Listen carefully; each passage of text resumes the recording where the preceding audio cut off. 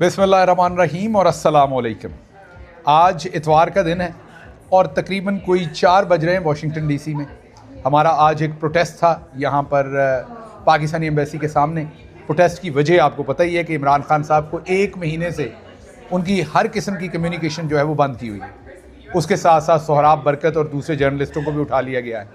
तो इस चीज़ के लिए हम प्रोटेस्ट के लिए आए हुए थे और डॉक्टर साहब भी मौजूद थे। प्रोटेस्ट के बाद हम यहाँ एक कॉफ़ी शॉप में आके बैठ गए, कुछ और दोस्त हैं हमारे वो भी बैठे हैं। तो हमने सोचा कि क्यों ना डिस्कशन कर लें, क्योंकि हमें लगता तो था कि पाकिस्तान में, मैं तो आपको 100 दिन से बता रहा था काउंट डाउन करते हुए कि हर रोज़ एक सर्कस होगी, हर रोज़ पाकिस्तान के लिए, पाकिस्तानी कौम के लिए। और मैंने उसमें एक लफ्ज़ कहा था कि फील्ड मार्शल के लिए। मेरा जुमला था कि बाकी मानदा दिन मुश्किल होंगे, एक सर्कस होगी पाकिस्तान के लिए, पाकिस्तानी अवाम के लिए, फील्ड मार्शल के लिए, खित्ते के लिए और निज़ाम के लिए। तो जब मैं बार बार कहता था उसमें कि फील्ड मार्शल के लिए भी सर्कस होगी तो लोग हंसते थे कि फील्ड मार्शल के लिए कौन सी सर्कस होगी। तो ये अब आपको समझ आ गई। डॉक्टर साहब तो हंसी जा रहे हैं जब से मुझे मिले हैं, क्योंकि इन्होंने डिफेंस को बहुत ज़्यादा कवर किया है, डिफेंस रिलेटेड स्टोरीज़ को हाईएस्ट लेवल के ऊपर इनकी इंटरेक्शन भी रही।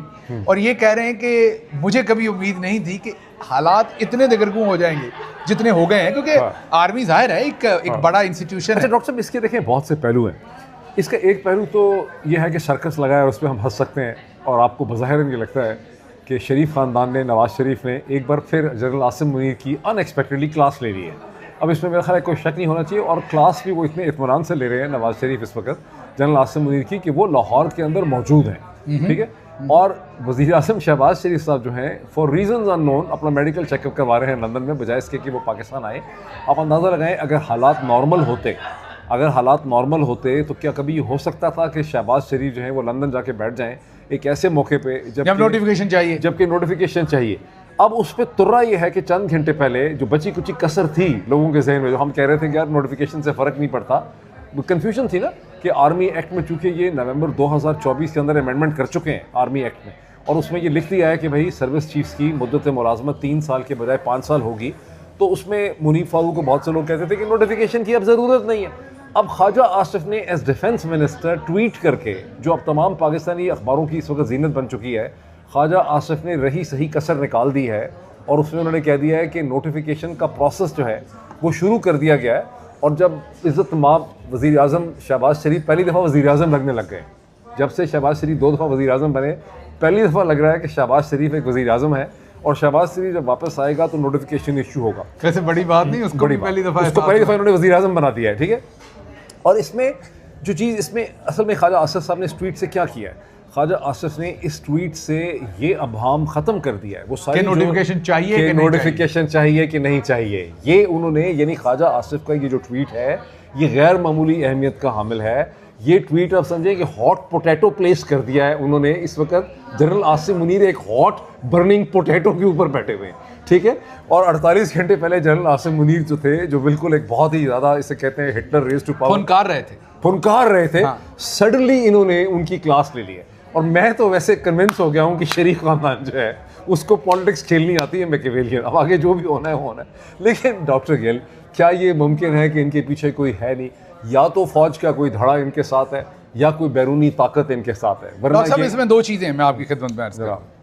एक तो फौज के अंदर मसला ये हुआ, मेरे से आप बहुत ज़्यादा बेहतर समझते और जानते हैं कि 4 4 स्टार जनरल होते हैं, एक एयरफोर्स का चीफ, एक नेवी का चीफ, एक chairman joint chief of staff committee और एक आर्मी चीफ। अब चेयरमैन ज्वाइंट को तो खा गए, ये ओहदे को ही खा गए, और आर्मी चीफ ये खुद 5 स्टार बन गए। वैसे यार कितना बेचारा शरीफ किस्म का आदमी था कि जाते जाते तारीफ भी कर गया। उनको ये था कि यार ये मुझे को अंदर शंदर ना कर दें, मेरी पेंशन। और वो अलग बात देखें कि अभी वो कहते हैं कि उन्होंने अभी अपनी वर्दी भी नहीं उतारी थी तो इन्होंने कई जर्नलिस्ट उनके पीछे डाल दिए, उनकी पहले ही उनके खिलाफ स्कैंडल्स करना शुरू कर दिए कि आसिम मुनीर का डाटा उन्होंने लीक किया था जो नादरा से था। तो बहरहाल ये एक अलग बात है। लेकिन मैं ये कहना चाह रहा हूँ कि वो जो 2 4 स्टार जनरल्स वो खा गए ना आसिम मुनीर, एक तो खुद 5 स्टार बन गए और अब 2 नए आने, एक के पास स्ट्रेटेजिक कमांड आएगी जिसे मैं उर्फे आम में एटम बम कहता हूँ, और दूसरा डिप्टी या वाइस आर्मी चीफ। अब जो आसिम मुनीर हैं वो वहाँ अपनी मर्जी के बंदे लगाना चाहते हैं। हमारे जराए क्लेम कर रहे हैं कि वहाँ मरियम ने भी किसी पे उंगली रख दी है कि मुझे ये चाहिए, और मरियम को डायरेक्ट किया है नदीम अंजम साहब ने। कि ये पिक करें वरना आने वाले दिनों में आसिम मुनीर आपके लिए अज़दा बन जाएगा। सॉरी मैंने ये लास्ट पॉइंट आपका मिस कर दिया है। मरियम ने क्या पिक दो नए 4 स्टार जनरल आने हैं। हाँ। एक आना है जिसने वॉइस आर्मी चीफ बनना है, जिसने वाइस आर्मी चीफ बनना है, डिप्टी आर्मी चीफ, वाइस दूसरे ने न्यूक्लियर कमांड। ये दोनों 4 स्टार नेशनल। और ये 4 स्टार क्यों होंगे अब? क्योंकि चेयरमैन ज्वाइंट भी चला गया, वो 4 स्टार खत्म होगी पोजीशन। आर्मी चीफ 4 स्टार होता था, वो आसिम मुनीर खुद 5 स्टार बन गया। तो अब आसिम मुनीर कंपनसेट करने के लिए मिलिट्री जनरल्स को जो ऊपर बैठे हैं, क्योंकि आप देखें ना जजेस रिजाइन कर रहे हैं इस्लामाबाद हाई कोर्ट, कोई ना कोई स्पाइन दिखा रहे हैं, और लोग कोई ना कोई, 2 सुप्रीम कोर्ट से रिजाइन कर दिए, 2 सुप्रीम कोर्ट, लेकिन जर्नलों में कोई नहीं दिखा रहा। सारी उम्र हमें बताते रहे कि हम सबसे ज्यादा दिलेर हैं, सिविलियन तो माटे ही हैं। सिविलियन खड़े हो रहे हैं किसी ना किसी काम के ऊपर, जर्नल जो लेटे हुए, कोई जर्नल जो है किसी ने खत नहीं लिखा। ये भी वैसे एक मिथ है। डॉक्टर साहब देखिए, अच्छा मैं आपकी बात काट रहा हूं। मिथ पता क्या है? मैं आपकी बात काट, पाकिस्तान में जो लोग समझते हैं कि फौजी दिलेर होते हैं, ये मिथ है। मैं आपको बात बताता हूं। AFIC के अंदर एक ब्रिगेडियर साहब है जो डॉक्टर है, और आप क्योंकि मेडिकल डॉक्टर भी यहाँ पे इस बात को समझेंगे, तो मैंने उन्हें जर्नलिस्ट भी हूँ, एक्टिविस्ट भी हूँ। अच्छा, मेरी उनसे एक दिन बात हो रही थी, तो मैंने उनसे एक सवाल पूछा। मैंने कहा, वो एनेस्थीसिया के एक्सपर्ट है, स्पेशलिस्ट है, कौम को वैसी इसकी जरूरत है। अच्छा, तो मैंने उन्हें पूछा कि आपने कभी जर्नल्स की है कोई सर्जरी वगैरह के एनेस्थीसिया दिया? उन्होंने कहा बहुत सारे। तो मैंने कहा ये मैंने सुना है एनेस्थीसिया में लोग बुड़बड़ाते हैं, गड़बड़ाते हैं, उनकी पर्सनैलिटी का रियल सामने आता है। तो ये जो बड़े बड़े आपके जर्नल्स होते हैं, क्या वो एनेस्थीसिया के अंदर उनका बिहेवियर डिफरेंट होता है? ये मैंने पूछा उनसे। या हमारी तरह के ही होते हैं वो भी? उन्होंने कहा कहीं आपसे भी फट्टू होते हैं, मतलब आप लोगों की तरह के ही होते हैं सारे, ये सिर्फ वो। तो ये जो पाकिस्तान के अंदर है ना कि यूनिफॉर्म पहन लेने से बंदा तगड़ा हो जाता है, लेकिन दिलेर तो दिलेर है, वो कोई भी हो सकता है, वो एक आम शख्स भी हो सकता है, वो फौजी भी हो दिलेर मतीउल्लाह जान है। हाँ, तो दिलेर तो कोई भी दिलेर है। वो दिलेर आप देखें तो ये जजेस हैं जिन्होंने रिजाइन किया, उनकी भी मुराद है, उनके भी मामलात हैं। दिलेर वो शख्स है जिसने कहा कि जी ये काम मैं नहीं करूंगा। अब हमारे जितने भी कोर कमांडर्स हैं, कोई तो लिख सकता था कि यार ये आपने जो मरीदके में किया ये दुरुस्त इस तरह से नहीं। इस्लामाबाद में जो आपने 26 नवंबर को सरों में गोलियां मारी, इस तरह से नहीं, हम इस्तेमाल नहीं हो सकते। ये जो आप एयरफोर्स की पूरी जो अदारा जाती उसकी आप एक तशख्खुस है, उसको आप नीचे ले रहे हैं। मैं आपको बताता हूं कि लेकिन डॉक्टर साहब इसमें एक सवाल उठता है, इस स्टेज के ऊपर रफड़ पड़ गया है, पिछले 48 घंटे से रफड़ पड़ा है। जब ये 27वीं तरमीम बना रहे थे, उसका ड्राफ्ट बना रहे थे और ये सब चीज़ें कर रहे थे, उस वक्त क्यों ना रफड़ पड़ा एयरफोर्स की तरफ से, नेवी की तरफ से, आर्मी की तरफ से अंदर? अब कैसे पड़ा है रफड़?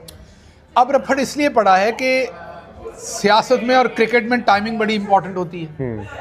उस वक्त आसिम मुनीर साहब की तूती बोलती थी और पूरे का पूरा कंट्रोल था। अब जैसे ही वो टाइम आया जहां नोटिफिकेशन करना था, मैं पिछले कई महीने से कह रहा था नोटिफिकेशन चाहिए, और ये कह रहे थे नहीं चाहिए।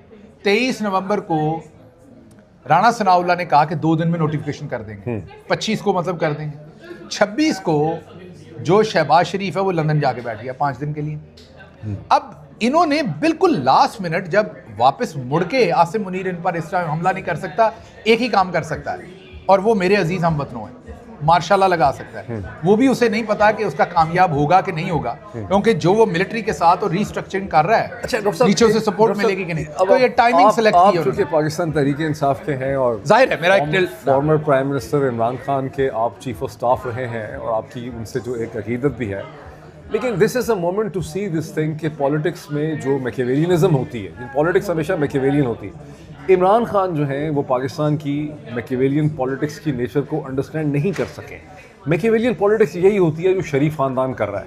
देखिए उन्होंने 27वीं तरमीम कर भी दी है, लेकिन अब वो बड़े ज़बरदस्त तरीके से आसिम मुनीर को कट टू साइज कर रहे हैं। अब इसका क्या रिजल्ट निकलता है? मेरा ख्याल है उन्होंने अपनी एक अंडरस्टैंडिंग की है, उन्होंने कैलकुलेशन की भी है, क्योंकि ख्वाजा आसिफ के इस ट्वीट के बाद ये बात वाज़ेह हो जाती है कि अब वो जनरल आसिम मुनीर को कन्फ्रंट कर रहे हैं, ठीक, और ज़ाहिर है ये कन्फ्रंटेशन कर रहे हैं उस आदमी को जिसको पाकिस्तान की तारीख़ का सबसे ज़्यादा ख़तरनाक और ताकतवर शख्स समझा जा रहा है इस वक्त। इसका मतलब है उन्होंने कैलकुलेशन की है कि ये हमें जवाबी तौर पे हम पे हमला नहीं कर सकेगा और हमें नुकसान नहीं पहुंचा सकेगा, वरना नवाज शरीफ साहब लाहौर में बैठे हुए हैं, ख्वाजा आसिफ साहब पाकिस्तान के अंदर है। इसका मतलब क्या है? इसका मतलब यह है कि इनको या तो फ़ौज के किसी बहुत ताकतवर धड़े की सपोर्ट हासिल है, या इनको कम से कम एक बैरूनी वेस्टर्न पावर की सपोर्ट हासिल है, या इनको MBS की सपोर्ट हासिल है, या इनको अमेरिका के अंदर से एक इशारा है कि ये चीज़ इस तरह से नहीं होगी, वरना ये इतना स्टैंड ले नहीं सकते जैसा इन्होंने ले लिया। अच्छा देखिए ये बात आपकी, और इमरान खान ने ये मैकियावेलियन पॉलिटिक्स मैं बताता हूं उसकी वजह क्या है। इमरान खान एक गुड फेथ में ये बिलीव करते थे और मेरी उनसे बहुत दफ़ा बात हुई इस पर। जब जनरल बाजवा तमाम सियासतदान अपना जर्नलिस्टों को बुला के हमारे खिलाफ खबरें करवाते थे, वो जर्नलिस्ट हमें बता देते थे आके कि, तो मैं उनसे कहता था कि आर्मी चीफ हमारे साथ है, क्या कर रहा है मतलब ये हमारे खिलाफ तो नहीं कुछ कर रहा। तो वो कहते थे कि ये इसको आदत है साजिश करने की, लेकिन ये इसमें इनके पास ऑप्शन नहीं है, ये किस मुंह से शहबाज शरीफ और जरदारी को लाएंगे, वो तो डाकू हैं। तो इमरान खान जो है, जैसे आप मैं मान ही नहीं सकते थे पहले कि 26 नवंबर को हमारे अपने फौजी जो है वो हमारे लोगों को गोलियां मार देंगे, हालांकि मशरकी पाकिस्तान में ये हो चुका था। एक से ज्यादा जनरल साहब ने भी मुझे कहा, रिटायर्ड जनरल साहब, उन्होंने कहा मोहित कभी पाकिस्तान की फौज इस तरह से गोली नहीं चला सकती, लोगों को निकलना चाहिए। हालांकि ये गलत था क्योंकि हमने गोली चलाई हुई है ऐसे, हमें भी तब नहीं पता था। मशरकी पाकिस्तान में गोली चलाई हुई है हमने, बेतहाशा लोग अपने मारे हुए हैं। तो हमें क्योंकि हम वो एक बलोचिस्तान में नहीं चला रहे, चले वो मैंने कहा कि वो फिर भी हमें नजर नहीं आता या छोटे लेवल के ऊपर है, उधर तो बड़े लेवल पे सब कुछ हुआ था और हम उसको भूल गए सारे को। और कितनी मैं ये कहता हूँ कन्वीनियंस के साथ वो भी भुट्टो पे डाल दिया हमने। हालांकि भुट्टो भी उस वक्त एक टूल के तौर पर जरूर यूज हुए और बाद में उन्हें एहसास भी हुआ। देखिए भुट्टो अच्छा था या बुरा था वो एक अलग बहस है। हाँ, भुट्टो अच्छा आदमी नहीं होगा, लेकिन जब हम भुट्टो के ऊपर मलबा डाल देते ना, वो मलबा उस पे नहीं बढ़ता, हम अपने ज़हन को कमजोर कर देते। असल में याहिया से भी ज्यादा कसूरवार मुजीब वो है अपना अयूब खान। बिकॉज अयूब खान ने ऐसे हालात पैदा किए जो 1969 के बाद जो याहिया और उसकी टीम और ये सब लोग थे वो उनको हैंडल नहीं कर सकते थे। गिल साहब अभी देखिए ना क्या हालात पैदा हो रहे हैं। हो सकता है कि आज से 2 साल के 3 साल के बाद एक बहुत बेहतर आर्मी चीफ हो, एक बहुत बेहतर नेवल चीफ हो, एक बहुत बेहतर प्राइम मिनिस्टर बैठा हो पाकिस्तान में, लेकिन इन्होंने हालात इतने ख़राब कर दिए हैं, इन्होंने डाइस इतनी लोड कर दी है। ये जो आपने बलूचिस्तान में आग लगाई हुई है, जो आपने खैबर पख्तूनख्वा में आग लगाई हुई है, जो आपने पाकिस्तान के अंदर इतने हालात ख़राब कर दिए हैं, जब इनने फटना है तो इसको हैंडल करने के लिए सलाहियत भी तो होनी चाहिए ना किसी को हैंडल करने। और जब अल्लाह माफ़ करे फटना है तो इनके रिएक्शन एग्जैक्टली वही होने जो याया खान के थे। हाँ। इन्होंने निकल जाना है और पीछे से कौम ने भुगतना है, हैंडल नहीं कर सके, हैंडल नहीं कर। अब दूसरी बात सुनिए, आपने जो कहा, एक तो मैंने आपको ये क्लियर कर दिया कि इमरान खान साहब कभी वो गुड फेथ में ये सोचते नहीं थे कि यार हमारी फौजी जर्नल्स जो है वो ये हरकत कर सकते हैं। वो जब हो गई, वो जब उनको खंजर मार दिया जनरल बाजवा ने पीछे से, तो तब उन्हें अंदाज़ा हुआ कि यार ये इनके लिए करप्शन कोई मसला नहीं है, ये तो करप्शन को आबियारी करते हैं, पसंद करते हैं। और अब पूरी कौम के, खैर अकेले इमरान खान नहीं, सारी कौम के आंखों से पट्टी। तो जब कोई आपके एतमाद को ठेस पहुंचा, मैं तो एक एनालिस्ट हूँ ना, देखिए अब सब लोगों ने मुझे इमरानडू बना दिया आप लोगों के साथ, ठीक है, उसमें शामिल कर दिया है ग्रुप के अंदर। क्या इमरान खान जो एक दुनिया के इम्पोर्टेंट तरीन स्टेट्समैन में उनका शुमार होगा और तारीख जो है वो इमरान खान को सलूट करेगी फॉर द रिजॉल्व, क्या इमरान खान अपने आप को ये कह के माफ़ कर सकते हैं कि मैं सोचता था कि फ़ौजी जो हैं वो करप्शन पे नहीं जाएंगे, या इमरान खान को रियल पॉलिटिक के पूरे प्रोसेस को अंडरस्टैंड करना था? इमरान खान को मैकियावेली की किताब मैंने दोबारा ली है कल पढ़ने के लिए, जो द प्रिंस है। क्या इमरान खान को पॉलिटिक्स के जो जालिमाना प्रोसेस है उसको अंडरस्टैंड करना था? इमरान खान कैसे जनरल बाजवा पे ट्रस्ट कर सकते थे? इमरान खान कैसे ये भूल सकते थे या ना समझ सकते थे कि पाकिस्तान जैसे मुल्क का जो सबसे बड़ा मसला है गुज़श्ता 70 बरस का, वो मिलिट्री अथॉरिटेरियनिज़म है, वो शरीफ ख़ानदान और जरदारी ख़ानदान की करप्शन नहीं है। इमरान खान पॉलिटिकली ज़रूर ये कहते रहते नौजवान नस्ल को कि यार ये करप्ट है, लेकिन उनको पता होना चाहिए था कि ये करप्शन दुनिया के हर डेवलपिंग कंट्री के अंदर, ये अमेरिका में कम करप्शन हो रही। डॉक्टर साहब आप नाम अगर ना लेना चाहें, क्योंकि हम दोनों अब इधर फंसे हुए हैं अमेरिका के अंदर, क्या आप देख नहीं रहे कि अमेरिका के अंदर क्या खौफनाक करप्शन हो रही है? हाईएस्ट लेवल से लेकर नीचे तक कितनी करप्शन हो रही है। तो करप्शन हर पॉलिटिकल मॉडल का हिस्सा है, उसको लड़ने के लिए आपने फौज को इन्वॉल्व नहीं कर लेना दरमियान में। ये इमरान खान ने एक बड़ी मिस्टेक की है। अब अगर इमरान खान ने मिस्टेक किया है, इमरान खान ने प्राइस पे किया है, तहरीक इंसाफ ने प्राइस पे किया है, पूरे पाकिस्तान ने प्राइस पे किया है। अब हमें इससे आगे निकल के ये समझना चाहिए कि सबसे बड़ा मसला मिलिट्री अथॉरिटेरियनिज्म, ठीक है, मिलिट्री अथॉरिटेरियनिज्म सबसे बड़ा मसला है। शरीफ खानदान और जरदारी खानदान की करप्शन एक सेकेंडरी इशू। देखिए दो बातें इसमें, पहली बात तो मैं, और आप एकेडमिक भी रहे, यूनिवर्सिटी में पढ़ाते भी रहे जी, मैं पहली बात तो आपको ये बताऊं कि गलतियां हर इंसान से होती हैं, हमसे भी हुई हैं, हमारी ऑब्जर्वेशन की गलती भी है, प्रोसेसिंग की भी है कहीं पर। लेकिन मैं दोबारा वापस जाता हूँ, इमरान खान कोई करियर पॉलिटिशियन तो थे नहीं। इमरान खान एक कॉज के लिए पॉलिटिक्स में आए, उन्होंने 25, 26, 27 साल मेहनत की और उनकी रीडिंग हमेशा ये थी, और वो आपकी भी थी, उन्होंने अकेले ये रीड नहीं किया, आप भी सारी मिडिल क्लास सारी की, यार फौज हमारी जो है ना वो मुल्क के बेहतरी चाहती है। जर्नल्स फंसे हुए हैं वो, क्योंकि जब भी हम जर्नल्स के साथ बैठते थे ये कहते थे यार हम तो चीज़ें ठीक करना चाहते हैं, ये जो 2-3 खानदान है ये लूट के खा गए, अब इमरान खान या आप या मैं या जितने भी मिडिल क्लास के लोग थे, उनकी ये फील थी कि यार जनरल्स मुहिब वतन है, पाकिस्तान में ईमानदारी से चीज़ें करना चाहते हैं, ये खुद एक स्ट्रक्चर में होते हैं, ऐसा ही स्ट्रक्चर ये बाहर भी चाहते हैं, और पॉलिटिशियंस ने तबाही कर दी। इमरान खान को ये लगा कि इनको कभी बेहतर पॉलिटिशियन मिला नहीं, कभी जो पॉलिटिशियन मिला वो नेपाल में जाके मोदी से मुलाकातें करता है, कभी कोई कुछ और करता है। तो इमरान खान को ये लगा कि जब मेरी क्लोजेट में स्केलेटन नहीं होंगे, मैं माल नहीं बना रहा हूँगा, मेरी फॉरेन पॉलिसी के अंदर फौज के लिए कोई अलर्ट नहीं होगा, मुझे कहते हैं रशिया जाना ज़रूरी है, वो रशिया चले जाते हैं, मुझे कहते हैं वहाँ से हमें इक्विपमेंट चाहिए एयरफोर्स के लिए, फलां के लिए आप रशिया जाएं, वो चले जाते हैं, मुझे कहते हैं कोविड के अंदर J10C, मुझे का मतलब इमरान खान को J10C हमें चाहिए और वो देंगे नहीं, कोविड है, आप जाएंगे तो शायद हो जाए। इमरान खान जाके चाम करते हैं, या ये भी कहानी सुनाई थी। जी जी, इमरान खान जाते हैं, वो J10C लेके आते हैं। Imran Khan in good faith समझ रहे हैं, जैसे घर में दो भाई होते हैं, छोटा भाई कहता है कि भाईजान ये काम आपको करना पड़ना है, मैं नहीं कर सकता, ये आप करना है। तो बड़े भाई को होता है कि यार ये काम मैं कर रहा हूँ, पीछे वालदा का ख्याल ये रख लेगा, वालिद का ख्याल ये रख लेगा, मैं इसके कहने पे ये काम कर रहा हूँ। Imran Khan was playing in the system like as an elder brother, जो उनका अब उनको ये नहीं पता था, ये उन्हें पता था कि बाजवा साहब के अंदर गंदी हरकतें हैं, चुगली की, धोखेबाजी की, झूठ बोलने की, लेकिन ये नहीं पता था कि इस लेवल तक है एक बंदा जनरल बन जाए और वो थाने के कांस्टेबल से ऊपर उसकी सोच ना हो। मेरी एक बात हुई, आपके भी वो दोस्त है, मैं नाम नहीं लेता, साहब झूठ भी बहुत बोलते थे, बहुत झूठ बोलता था। ये मुझे इमरान खान ने खुद, अच्छा मैं बता दूं, वो हर दफा आके इमरान खान को ये प्रेजेंट करते थे कि जनाब वाला आप उनको छोड़ें, मेरे लीडर एक आपके भी दोस्त हैं बड़े प्यारे, नाम नहीं आपने उनका लेना, वो वहां मुसीबत में ना आ जाए। चंद दिन पहले उनका मुझे फोन आया, उन्होंने कहा कि गिल साहब आपके साथ और हमारे साथ जो कुछ हुआ वो बाजवा ने करवाया। मैंने कहा चले मुझे तो करवा दिया, मैं उन्हें मिलने नहीं गया, आप तो रहते ही 24 घंटे उनके साथ थे, क्या समझ गए कौन है? आप तो बंदे ही उनके थे। आपको तो प्राइम मिनिस्टर ने मेरे सामने कई दफा डांटा था कि यार तुम जरा थोड़ा सा ब्रेक भी लगाओ, तुम बिल्कुल। आपका ये दोस्त, हमारा ये दोस्त आखिरी वक्त तक मुझे अपने अपार्टमेंट में कन्विंस करता था कि जनरल बाजवा हमारी साइड पे है, अब ये होने लगा है, अब ये होने लगा है, अब ये होने लगा है। तो मुझे तो जनरल बाजवा, मैं तो जनरल बाजवा की साइड पे नहीं था, तो मैंने उन्हें कहा आप तो थे, उसने कहा गिल साहब ये बड़ा इंटरेस्टिंग, रोज इनको जनरल बाजवा की कॉल आती है, इंटरेस्टिंग जुमला अगला उनका सुने। उन्होंने कहा गिल साहब दुख ही ये है, उस बदबख्त ने सबसे ज्यादा नुकसान उसको पहुंचाया जो उसके करीब था, उसको ये आदत है। तो जनरल बाजवा जो है उनकी मोरालिटी जो थी वो कोलैप्स थी मुकम्मल। और यही है ना कि जो कौमों के लीडर्स होते हैं, नजर आज चलें जो कुछ आज अमेरिका में हो रहा है वो क्या पूरा सिस्टम कर रहा है? एक आध बंदा है ना, उसकी सोच अब पूरे अमेरिका ने पे करनी है, या माजी में किसी एक आध बंदे की सोच। हिटलर, जर्मनी तो आज भी जर्मन उधर ही है, हिटलर था ना एक, उसकी सोच ने देखे कितने लोगों को उसके पीछे उसी तरह का बना दिया, तबाह कर दिया। जर्मनी आज तक उसकी कीमत अदा कर रहा है। यही फौज है, इसके ऊपर को बंदे का पुत्र आ जाए तो ये फौज और तरह से रिएक्ट करेगी। आसिम मुनीर ने इसी सारी फौज को हॉस्टाइल कर दिया। मुझे यहाँ पे डिसएग्रीमेंट है, जी लेकिन डॉक्टर साहब मुईद ज़्यादा सिर्फ एक एनालिस्ट है, मेरे पास किसी मुल्क का इक़्तिदार नहीं है, मेरे पास एक फ़ौज का इक़्तिदार नहीं है। इवन एज एन एनालिस्ट मैं सब्जेक्ट टू अकाउंटेबिलिटी हूँ, बिकॉज मैं रोज़ अपना बूथा लेके 1 या 2 दफ़ा वीलॉग करता हूँ, ट्वीट करता हूँ। मैं अपने ट्वीट के नीचे कभी कमेंट्स बंद नहीं करता, लोग मेरे खिलाफ तेज़-ओ-तुम कमेंट्स लिखते हैं, मेरी अकाउंटेबिलिटी करते हैं।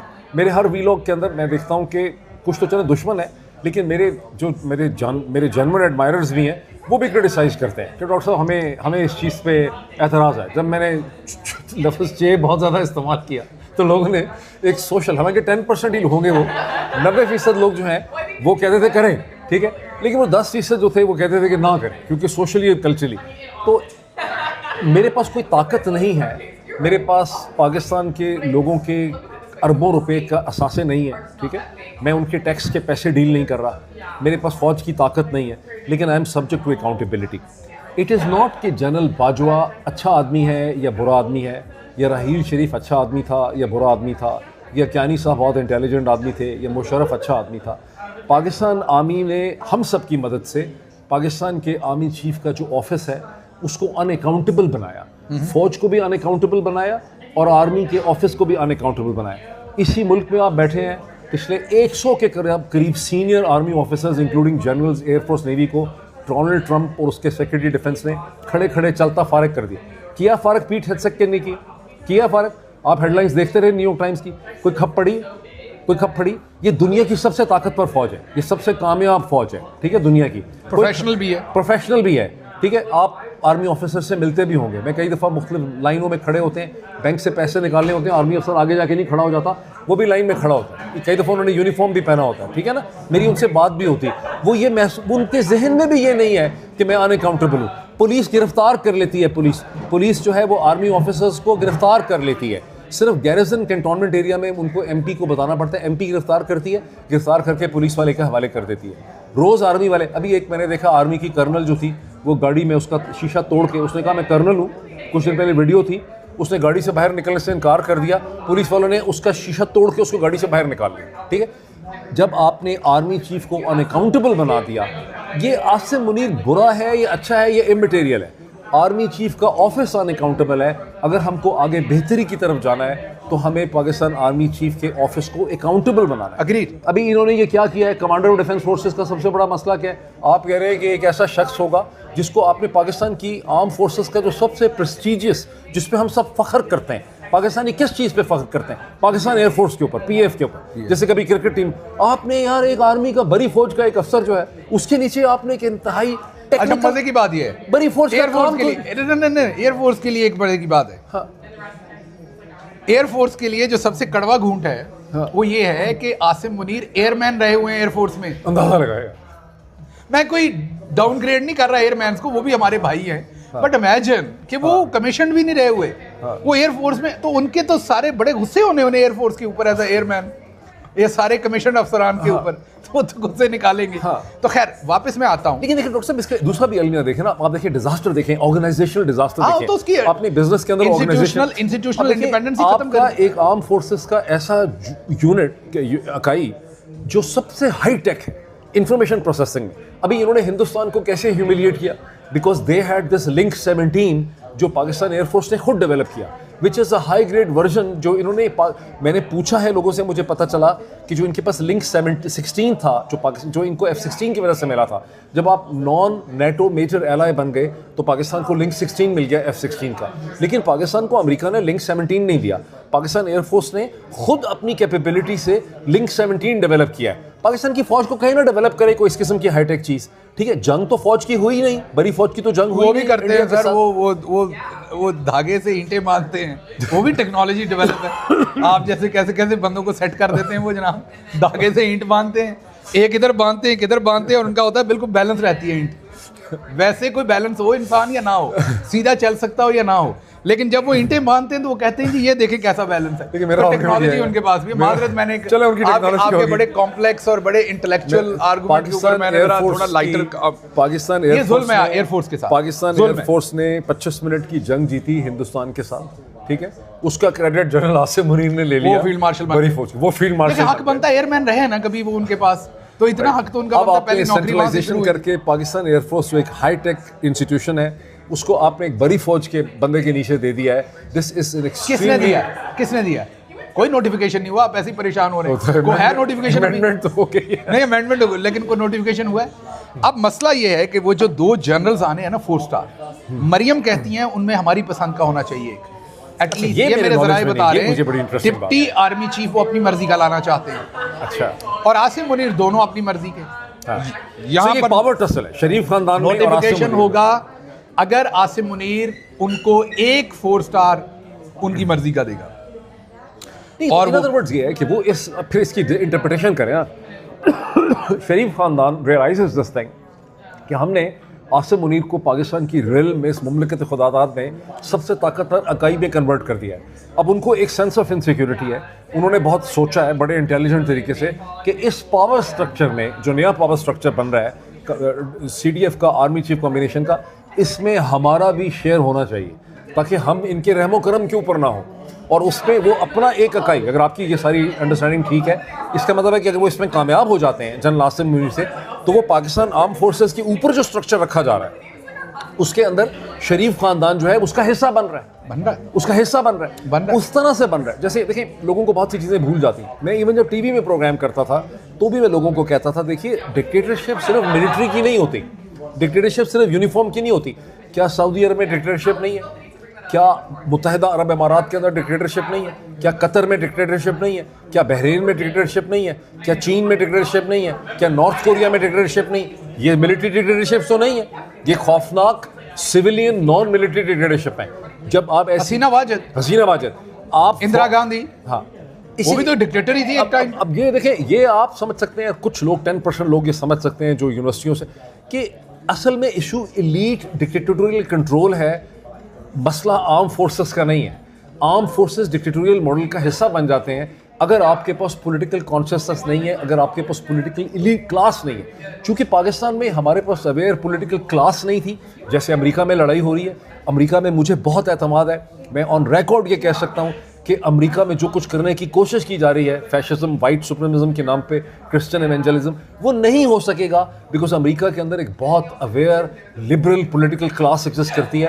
वो हर स्टेप एंड हर स्टेज पे लड़ेगी, वो अपने हकूक नहीं खत्म होने देगी, वो लड़ेगी, वो लड़ेगी, बहुत बहादुरी से लड़ेगी, वो लड़ेंगे, वो पूरी दुनिया को इसमें लेकर आएंगे, वो यूरोप को लेकर आएंगे, वो कनाडा को इसके अंदर लेकर आएंगे, अमेरिका का मीडिया लड़ेगा, अमेरिका का टीवी लड़ेगा, अमेरिका का सोशल मीडिया लड़ेगा, वो लड़ेंगे। पाकिस्तान के पास एक अवेयर पॉलिटिकल क्लास नहीं है। वो एक आदमी बैठा हुआ है, एक बच्चा लेके हर वक्त आपके मेरे खिलाफ बोलता रहता है, एक छोटी सी बच्ची उसने बिठाई हुई होती है, नाम मुझे उसका लेके मैं उसको इज्जत नहीं देना चाहता, एक बुढ़ा सा बाबा हवास भागता है, कभी आपके पीछे पड़ जाता है, कभी इमरान रियाज के पीछे पड़ जाता है, किसी दिन मेरे पीछे पड़ जाता है। यकीन करे मुझे नहीं पता कौन है। वो छोटी सी बच्ची उसे मौसू बिठाई देती है। अच्छा, आई प्रॉमिस मुझे नहीं पता कौन है वो है भी इस काबिल नहीं है उसका। चले दफा करें। अच्छा, मैं अगली बात ये आपको बताऊं, एक छोटी सी बात सिर्फ इसमें ऐड कर दूं। वो ये है कि देखें, एक साइड पे तो आपने कहा कि हाईएस्ट या higher responsibility bring responsibility as well, authority, highest authority brings responsibility as well. तो आप ये कहते हैं कि भाई इमरान खान के पास अथॉरिटी थी तो उनको रिस्पॉन्सिबिलिटी भी कि वो बाजवा को ये सब कुछ ना करने देते। कोशिश तो की बहुत, क्योंकि पहले ही आपको पता है कि हमारी सीटें छीन ली गई थी, गवर्नमेंट इस तरह की दी गई जो बैसाखियों पे थी। इमरान खान ने खुद कहा कि उनकी ज़िंदगी की ये गलती है, उन्हें हुकूमत नहीं लेनी चाहिए थी। उन्होंने खुद कहा, मुझे तो बहुत पहले कहा था उन्होंने ये बात बहुत पहले कही थी, दूसरे साल में ही कह दी थी पब्लिकली, उन्होंने ये बात बाद में कही। अब अगर वो ना लेते तो शायद आज पाकिस्तान का जो डिस्कोर्स है वो डिफरेंट होता। लेकिन क्या जान बाजवा को एक्सटेंशन ना देते? हैविंग सेड दैट, वापस चलते हैं। मुझे ये बताइए कि कई दफ़ा जो ब्लेसिंग इन डिस्गाइज भी होती है, ये जो आज सारा सिस्टम नंगा हुआ है, पहले तशखीस होगी तो इलाज होगा उसका। ये जो बीमारी खुल के उबल के गंद बाहर आया है, जो आवाम को नहीं पता था कि असल फसाद की जड़ है कहाँ, इमरान खान के स्टैंड की वजह से, ये इमरान खान के स्टैंड की वजह से हुआ है। तो अब तशखीस हो गई है तो इलाज भी हो जाएगा इंशाल्लाह। वक्त लग रहा है क्योंकि इलाज कई दफ़ा, कैंसर का इलाज मुश्किल होता है और लंबा होता है। ये कैंसर है, 78 साल का कैंसर है जो पाकिस्तान को लगा है और रफ्ता रफ्ता बढ़ता रहा है और उसने पूरी अब बॉडी को हाईजैक किया। इलाज कैसे होगा ये मुझे क्लियर नहीं है स्टेज पे, इलाज कैसे होगा वो तो देखें, क्लियर तो बहुत सारी चीज़ें नहीं, लोगों को ये भी क्लियर नहीं था कि आसिम मुनीर का इलाज कैसे होगा, कर दिया ना अगलों ने। इस टाइम नोटिफिकेशन कोई नहीं है, इंटरनल कॉन्फ्लिक्ट हो गया, इंटरनल कॉन्फ्लिक्ट हो गया। 2 जर्नल्स जो प्रमोट कर रहे हैं वो अंदर भी कॉन्फ्लिक्ट है, डिफरेंट जर्नल्स लॉबी कर रहे हैं कि मैंने बनना है 4 स्टार, मैंने बनना है। एयरफोर्स का कॉन्फ्लिक्ट भी अपनी जगह मौजूद है, नेवी का भी कि जी हमें क्यों नीचे ले रहे हैं, वो अपनी जगह है। अच्छा, उसके बाद जो असल कॉन्फ्लिक्ट है वो स्ट्रेटेजिक कमांड पे भी है कि वो आर्मी चीफ के नीचे चला जाएगा बिल्कुल।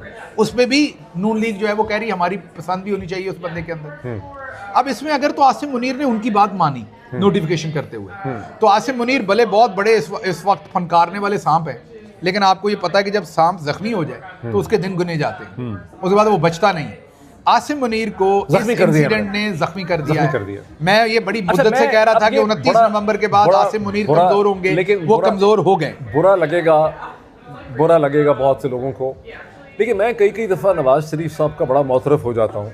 मैं समझता हूँ कि मैं नवाज शरीफ की बहुत ख़िलाफ़ बोलता हूँ। ज़ाहिर है नवाज शरीफ के तमाम जो उनके सपोर्टर्स हैं वो मेरे बहुत ख़िलाफ़ हैं, मुझसे बहुत नफरत करते हैं, लेकिन उससे फ़र्क नहीं पड़ता। आई थिंक नवाज शरीफ को पाकिस्तान की पॉलिटिक्स की बहुत सी अंडरस्टैंडिंग है, बहुत से क्रूशल मोमेंट्स में उन्होंने वो अंडरस्टैंडिंग शो की है, और अब फिर उन्होंने ये अंडरस्टैंडिंग शो की है गुज़िश्ता 48 घंटों के अंदर। अपने इंटरेस्ट में वो शो की है, मतलब अपने इंटरेस्ट में शो की है, पाकिस्तान के लार्जर इंटरेस्ट में शो नहीं की है। पॉलिटिकल फील्ड में हमेशा यही होता है, डोनाल्ड ट्रंप अपने लिए पॉलिटिक्स कर रहे हैं, ठीक है, डेमोक्रेट्स अपने लिए पॉलिटिक्स कर रहे हैं, ठीक है, ये कोई मुल्क के लिए नहीं होती पॉलिटिक्स, लेकिन उन्होंने एक अंडरस्टैंडिंग शो की है। कारगिल के वक्त उन्होंने एक अंडरस्टैंडिंग शो की, कारगिल से पहले वो हिंदुस्तान को एंगेज करना चाहते थे। नवाज शरीफ 2015 में इंडिया को एंगेज करना चाहते थे, उन्होंने हमेशा एक अंडरस्टैंडिंग शो की। यहाँ पर भी इन्होंने टट्टूसाइज कर दिया है। अब ये कैसे इमर्ज करेंगे इसमें से आसिम मुनीर? अब आसिम मुनीर वो आसिम मुनीर इसके बाद इमर्ज नहीं करेगा। ये भी हो सकता है कि आसिम मुनीर को रिज़ाइन कर देना पड़े, या आसिम मुनीर कंटिन्यू करे as commander of the defence forces, लेकिन वीकेंड हो सारे पाकिस्तान। अगर उनकी मर्जी का डिप्टी आर्मी चीफ लग गया तो क्या नहीं आ गया ना उनका।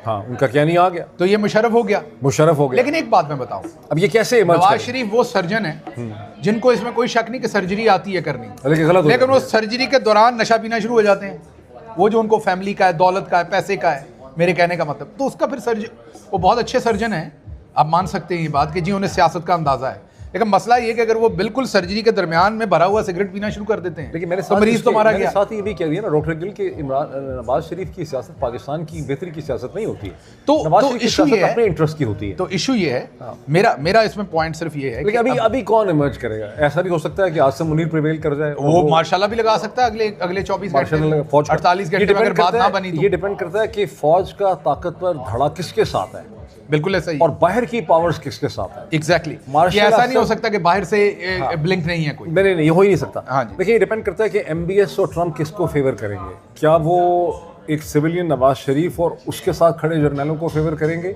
या वो आसिम मुनीर उनके साथ के जर्नलों को फेवर करेंगे? मेरे ख्याल में अगर आप मेरे से पूछें तो जो बैरूनी लॉबी है, स्पेशली अगर आप अमेरिका की बात करें, तो लग ये आपको रहा होगा कि वो आसिम मुनीर को फेवर करेंगे, लेकिन वो ऑलवेज नवाज शरीफ को फेवर करेंगे।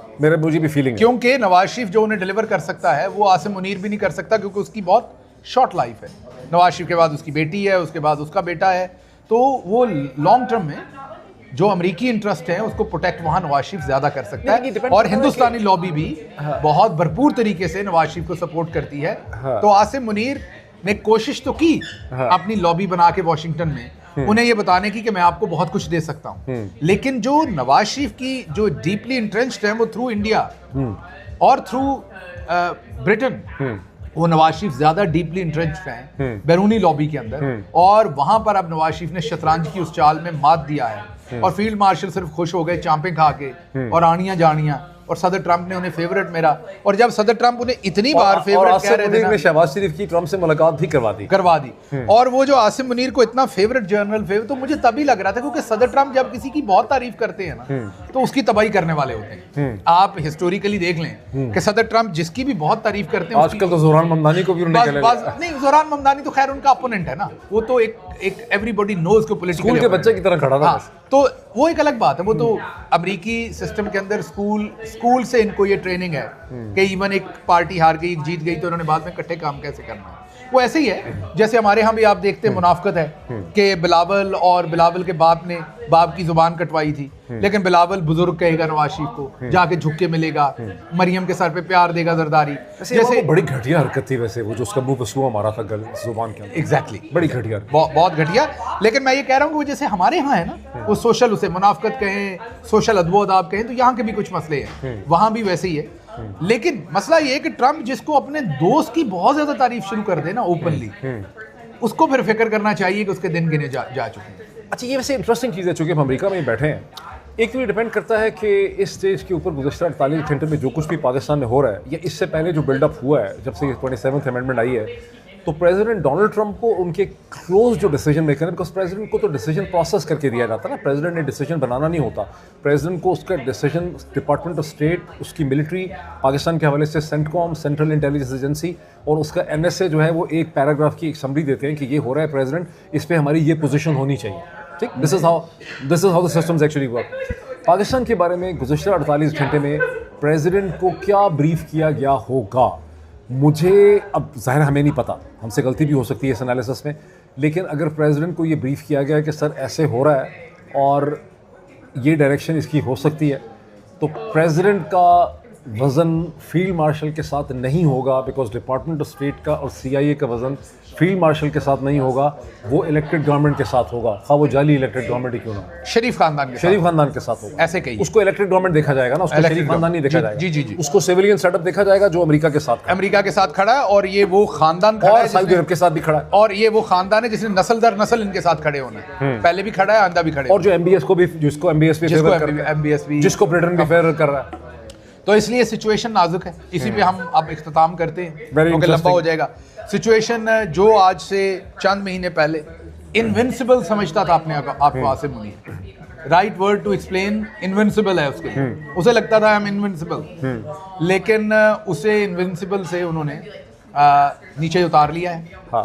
आसिम मुनीर अब हो सकता है प्रवेल कर जाए, मैंने कहा हाँ। इनका सौदा हो जाए, डिप्टी आर्मी चीफ किसको लगाना है, chairman joint command strategy command doctor साहब, अगर आसिम मुनीर इसमें से ताकतवर इमर्ज करते हैं, नहीं वो नहीं करेगा ताकतवर। देखिए ना, दोनों चीज़ों को देख लेना, या इसमें से आसिम मुनीर कमज़ोर होकर इमर्ज करते हैं, या इसमें से कमजोर तो हो गए ना, ताकतवर होकर इमर्ज। जब उनको नोटिफिकेशन नहीं मिला कमजोरी तो हो गई, लेकिन अनलेस कि आप अगले 10 घंटे में ये सुने कि शहबाज शरीफ, नवाज शरीफ, या चले नवाज शरीफ और मरियम को उन्होंने जेल में डाल दिया है, या रिजाइन कर दिया, उन्होंने मार्शल लगा दिया है, शहबाज शरीफ को एयरपोर्ट पे गिरफ्तार कर लिया शहबाज शरीफ को उन्होंने एयरपोर्ट पे लैंड किया, जुनेजो की तरह, वो प्राइम मिनिस्टर नहीं थे। शहबाज शरीफ के खिलाफ जो अगर मार्शल लग गया तो खत्म हो गया ना, हाँ। उसका तो काम ही खत्म हो गया, वो गिरफ्तार हो या ना हो। हाँ। बस जहाज का पायलट शहबाज शरीफ को पूछे बगैर ही लूटन एयरपोर्ट से जहाज लेके वापस आ गया है। मार्शल लगेगी तो वो पायलट तो आ जाएगा, वो तो फौज का होता है। जुनेजो साहब के साथ ये आपको पता है ना, वो पायलट एयरफोर्स के होते हैं दोनों, तो पायलट्स ने तो प्राइम मिनिस्टर से पूछे बगैर ही जहाज वापस ले आना है, ठीक है। तो अब मसला ये है कि अच्छा, जरदारी साहब क्या करेंगे सारे टाइम पे? अच्छा, जरदारी के साथ वादा हुआ है कि 2.5 साल उसके बेटे को प्राइम मिनिस्टरशिप मिलनी इस करंट अरेंजमेंट में, और वो 2.5 साल पूरे होने वाले हैं। तो अब ये भी हो सकता है कि जरदारी साहब को थापी दे दें, जरदारी साहब जो है वो शहबाज शरीफ को बर्खास्त कर दें, लेकिन मुझे नहीं लगता कि जरदारी ये कार्ड खेलेगा। जरदारी को भी पता है कि अगर आसिम मुनीर रह गया तो हमारा मजीद पटरा कर देगा। जरदारी ये कार्ड नहीं खेलना चाहता, तो मेरी फीलिंग ये है, क्योंकि इतना कुछ हो गया है हाँ, कि जरदारी को भी समझ आ गई है कि ये आगे नहीं चलेगा। मुझे लगता है, मेरे से अगर आप पूछें कि क्या होना है, मुझे लगता है कि नवाज और जरदारी और आसिम मुनीर की डील हो जाएगी। आसिम मुनीर ही कंटिन्यू करेंगे, लेकिन जख्मी सांप की तरह। आसिम मुनीर वो ताकतवर शख्सियत नहीं रह जाएंगे। अबसार आलम ने कल जो कुछ बोला वो नवाज शरीफ ही बोल रहे थे। उन्होंने कहा कि आपकी इतनी ख्वाहिशें हैं कि हमारी कमर झुक गई, ठीक है ना, तो वो नवाज शरीफ ही बोल रहे थे कि बस करें अब, एनफ इज एनफ। तो अब हर गुजरते दिन के साथ इन्होंने कमजोर होना है, उन्होंने तगड़े होना है। अब ये कब तक चलेगा ये मैं नहीं कह सकता। हाल की घड़ी में मुझे नाम मार्शल लगता नजर आता है, क्योंकि इमरान खान और उसके जो सपोर्टर्स हैं वो इस वक्त लाइफ लाइन गारंटी है नवाज शरीफ और जरदारी के पास। इस वक्त इमरान खान, नवाज शरीफ और जरदारी। पाकिस्तान तहरीक इंसाफ को क्या करना चाहिए? खामोश रहना चाहिए, एंजॉय करना चाहिए, जैसे मैं कर रहा हूँ इस टाइम कॉफी पी के। अभी तो हमारा टाइम आया है एंजॉय करने का, इतनी देर के बाद। पाकिस्तान तहरीक इंसाफ को इमरान खान के करीब जो लीडरशिप है उससे किसी किस्म की जल्दबाजी में स्टेटमेंट नहीं वो दे भी देंगे, अवाम अब सीरियस नहीं लेती। हाँ, मतलब मैं अब अगर कोई, वो अल्ताफ भाई कहते ना यार ये क्या हरामीपन चल रहा है, अब लोगों को पता चल गया हरामीपन क्या है। अब यहाँ से बैठ के इस वक्त लोग मुझे फॉलो करते हैं, देखते हैं, समझते हैं कि मैं इमरान खान के नजरिए पर मैं एक स्टेटमेंट इधर से इधर करूं, लोगों को लोग बेवकूफ समझते हैं। अब जाहिर है जो पब्लिक होती है ना, उनकी कोई डायरेक्ट आवाज नहीं है, वो कोई जियो टीवी नहीं 9 बजे का खबरनामा है, वो डीजी ISPR नहीं प्रेस कॉन्फ्रेंस कर देगा। लेकिन अवाम एट लार्ज, वो जो हमारी बहन, खाला, मासी, पुप्पी घर में करेले छील रही है ना, उसे भी पता लग रहा है कि हरामीपन कर रहा है, डंडी मार रहा है, क्या बात कर रहा है। तो अब अगर PTI का कोई भी so called leader, including my self, कोई भी अल्ताफ भाई वाली बात कि ये क्या हरामीपन चल रहा है, वो हरामीपन करेगा तो लोगों को पता चल जाएगा, तो उसको कोई सीरियस। अच्छा, ये हरामीपन क्यों एक्सेप्टेबल है और चूतिया क्यों एक्सेप्टेबल नहीं है? ये मुझे समझाना है। इसमें मैं अथॉरिटी नहीं हूँ, यकीन करें, इसमें मैं चेतक रहता हूँ। मुझे तो पहले बड़ा बदनाम किया हुआ है जी, बड़ा वो पिछले दिनों अज़मा बुखारी साहबा ने कह दिया प्रेस कॉन्फ्रेंस में अपने वीडियो में कि जी इनको जलसे में बाबा जी का ठुल्लू मिला, तो मैंने कह दिया कि अच्छा लफ्ज़ नहीं है बाबा जी का ठुल्लू। तो उन्होंने मेरी क्लास ली कि इनके दिमाग में गंद है, इन्होंने क्या कह दिया। अब इंडिया के एक टॉक शो में एक बंदे ने बाबा जी का ठुल्लू कह दिया, तो वो रूबिका लियाकत वहां एंकर है। अच्छा, उसने उसको शो से, उसने उसे शो से निकाल दिया। उसने कहा ये तुमने क्या गलीज वर्ड बोला एक औरत के होते हुए, औरत के सामने। अच्छा, तो वो उस बेचारे को पता नहीं था, इंडिया वाले को। वो अगर उनको बताता कि पाकिस्तान में तो जो महिलाएं हैं, मतलब फीमेल हैं, मिनिस्टर्स हैं, उसने कहा ना रूबिका लियाकत ने कि ये तुम महिलाओं के सामने क्या बदतमीजी कर रहे हो, क्या नाप शनाप बोल रहे हो। तो अगर उसको पता होता, वो कहता है कि पाकिस्तान की जो देवियां हैं, महिलाएं हैं, मिनिस्टर हैं, वो बाबा जी का ठुल्लू बड़े फख्र से बोलती हैं। तो ये आपका जो चे वाला लफ्ज है वो भी ऐसा ही है। अब इस पे आप अथॉरिटी डिक्लेयर हो चुके हैं। हाँ। तो मैं ये इसके कॉपीराइट आप ही के पास रहना चाहता हूं। सर जी चौधरी के तो आपने मुझसे छीन लिए, चौधरी की तो टर्म मैंने निकाली थी, चौधरी निजामुद्दीन। मैं वो भी आपको दे देता हूँ। सारी दुनिया समझती है आपने निकाली है टर्म, आपने कॉपीराइट चोरी किया मेरा। किसी सीन में भी ये जो 6 वर्ड है इसका कॉपीराइट में लेने को तैयार नहीं, उसके बदले में आपने जो लेना ले। लेकिन लोगों को पता चाहिए कि चौधरी निजामुद्दीन की टर्म मैंने निकाली थी, डॉक्टर साहब ने चोरी कर ली है मेरे से और उसको ऐसा मार्केट किया है कि अब सारी दुनिया समझती है कि डॉक्टर साहब ने निकाली थी वो टर्म। सर बात तो ये है ना कि आवाम तक किसने पहुंचाई, मतलब माइक्रोसॉफ्ट की तरह सब समझते हैं बिल गेट्स से बनाया कंप्यूटर, उसने नहीं बनाया। लेकिन ये जो हिंदुस्तान के सारे टेलीविजन चैनल ने नौरीन खान का एक ही दिन में इंटरव्यू किया, ये क्या है, ये किस किस्म का ट्रेंड है? हिंदुस्तान का इंटरेस्ट है ना कि पाकिस्तान में क्या हो रहा है। हिंदुस्तान के अंदर एक वाइब्रेंट मीडिया है, ये मानना पड़ेगा। वहाँ का परवीन सानी आपके साथ बैठ बैठ के फौज पे तनकीद करता है, उसे कोई उठा के ईंटें नहीं लटकाता, जो बात ठीक है वो माननी पड़ेगी। गाड़ी नहीं रोकी, किसी ने उसकी गाड़ी नहीं रोकी, दफ्तर बंद नहीं किया, उनका मैगजीन बंद नहीं हुआ। उनका कोई आर्मी चीफ ऐसा नहीं है जो CDF बन जाता है, कभी कुछ बन जाता है, कभी कुछ बन जाता है। तो वहाँ माहौल और है, तो उनका इंटरेस्ट है कि पाकिस्तान में क्या हो रहा है। ये तो फिर आपकी मेरी जिम्मेदारी है ना, और हम सब लोगों की जिम्मेदारी है, खास करके जो पाकिस्तान से बाहर बैठे हुए लोग हैं। आप तो बहुत हिम्मत करते हैं, इस पर कोई शक नहीं है, लेकिन पाकिस्तान से बाहर बैठे हुए जो व्लॉगर्स हैं, मुझे एक बात बताएं, होर मेरे को कितना करवाना है जिन्हें मैं कर रहे हैं। अब और क्या मैं बम फेंक दूं? मैं बाकी सब की तरफ मुझे तो एक बंदे ने फोन करके कहा कि तुसी वापस नहीं जाना कभी भी, जो कुछ तुसी कर रहे हो। मैं रिक्वेस्ट करना चाहता हूँ इमरान रियाज साहब से, सदीक आज़मी साहब से, वकार मलिक साहब से, वो जो कनाडा में हमारे दोस्त हैं, क्या नाम है इनका, हैदर, वो तो करते ही हैं बात, बाकी सब भी। देखिए ये जो हिंदुस्तान का एक हवा बनाया हुआ है पाकिस्तान के अंदर कि जी नौरीन खान का जी हिंदुस्तान के टेलीविज़न चैनल पे वो चली गई, वहाँ जाके उसने इमरान खान के बारे में कह दिया, तो उसने कोई रेड लाइन जो है वो क्रॉस कर, कोई रेड लाइन नहीं, बहन अपने भाई के लिए बात कर रही है, उसको एक प्लेटफॉर्म प्रोवाइड किया हिंदुस्तान के पॉपुलर मीडिया ने, एक भाई, ताकि हिंदुस्तान के एक बहन ने अपनी विपता जो है वो रखी है, 1 अरब लोगों को पता चले, हिंदुस्तान की मीडिया ने बात उठाई। एक ऐसी बहन जिसका बेटा भी कैद है, एक ऐसी बहन जिसका 73 साल के भाई को इन्होंने आइसोलेशन में रखा हुआ है, उसने इनको फिर भी मुहज़्ज़ब लफ्जों में तनकीद की है।